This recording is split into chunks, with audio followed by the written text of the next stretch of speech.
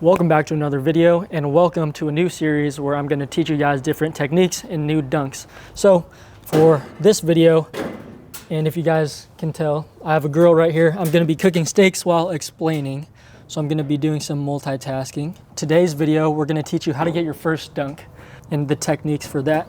As I get this started, I'm going to light the grill up. I'm going to be cooking steaks today. Got 3 of them. It's going to last me 3 days. For your first dunk, I'm gonna keep it short and simple. I'm gonna use this volleyball for example.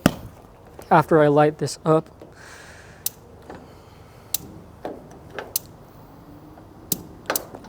a few moments later. Once we get this lit up, as we wait for that to preheat, I'm gonna teach you guys how to get your first dunk, and it's pretty simple, and I'm gonna give you guys tips and pointers so that it could help for that first dunk. So I have this mini rim right here. We don't have an actual low rim. We don't have an actual low rim, so this is gonna have to do for example. And I'm gonna use this volleyball. So for the first dunk, a lot of people think you need to get super high for your first dunk, but you really only need a little more than half of your palm to dunk. Because if you could get right here, you could squeeze a ball with your fingertips. Second, the best way to get your first dunk and the easiest way is to do it off a lob, whether it's a self-lob like that, or someone is near the rim and they give you a lob right in front of the rim. The reason that it's easier is because you get a full arm swing and you could jump higher off that rather than off the dribble. You're gonna have a shorter arm swing like that. We'll go through all 3 different ways to get your first dunk. So we're gonna go off self-lob, off assisted lob, and then off dribble. So let's get into it. All right, so for me, how I got my first ever dunk was off a self-lob, just because I like to not rely on others and other variables, and that I'm always in control. So what I like to do for lobs, I make sure I lob it high enough, and you don't want to run after the ball right after you lob it. So what I mean by that, you don't want to lob and run at the same time. You kind of want to wait for it, kind of go at a delay.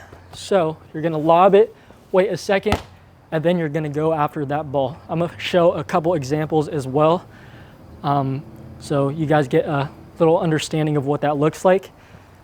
And yeah, so after that, the place you want the ball to be for the first dunk is around right here. You don't want it too high, you don't want it too low to where you have to bring it up. You want it right in front of the rim and right above it so that you could just flick it down. Just like that. So that's basically self-lob. Second way is assisted lob. So someone else is going for the first dunk, then I would have to lob it just like that. It's gonna be the same position. It's gonna be right in front of the rim, and then you just gotta time it with the dunker or jumper. And then same thing, you just gotta flick it down.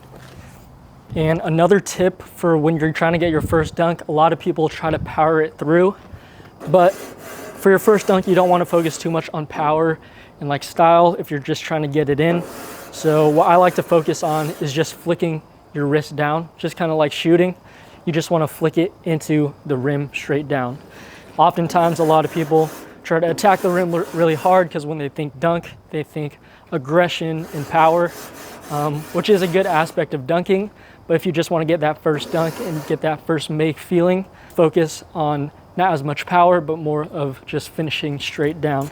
So what that looks like is this. So a lot of people, they want to get the ball here, then this rim doesn't really have a back rim, but they like to throw it like that and power it in the back. What I like to do is I get the ball right here, and instead of trying to punch it really hard, I literally just go straight down like that.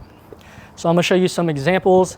And as you get higher, you're gonna hit your wrist, and that kind of helps you flick more straight down, because when you hit the wrist, it's naturally gonna flick straight down. So yeah, that's a good pointer and tip that I like to have in my mind.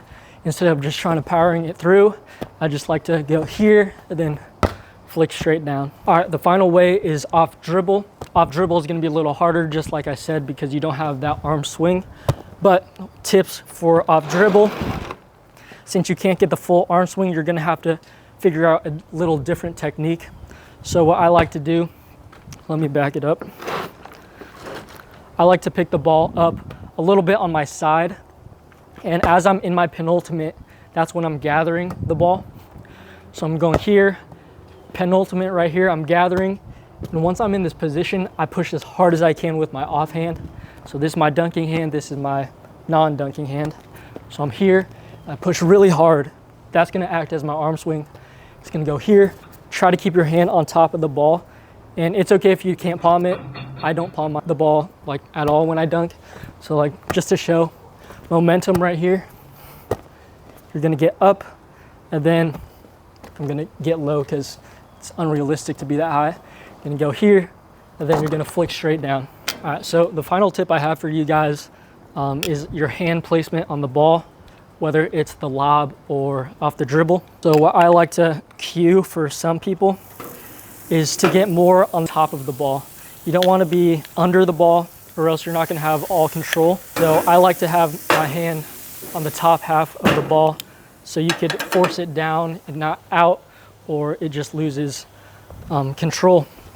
So what I mean by that is a lot of people, when they get the lob, they catch it like this, and then they're going to try to have to bobble it and control it to then try and dunk it, rather than if the ball is going up, you just try to get your hand in the right spot so you could flick straight down. Those are the main tips. It's pretty simple. Keep working on your jump technique, whether it's 2 foot or 1 foot, and make sure to like, comment, and subscribe. And I'll see you guys next week for a new tutorial.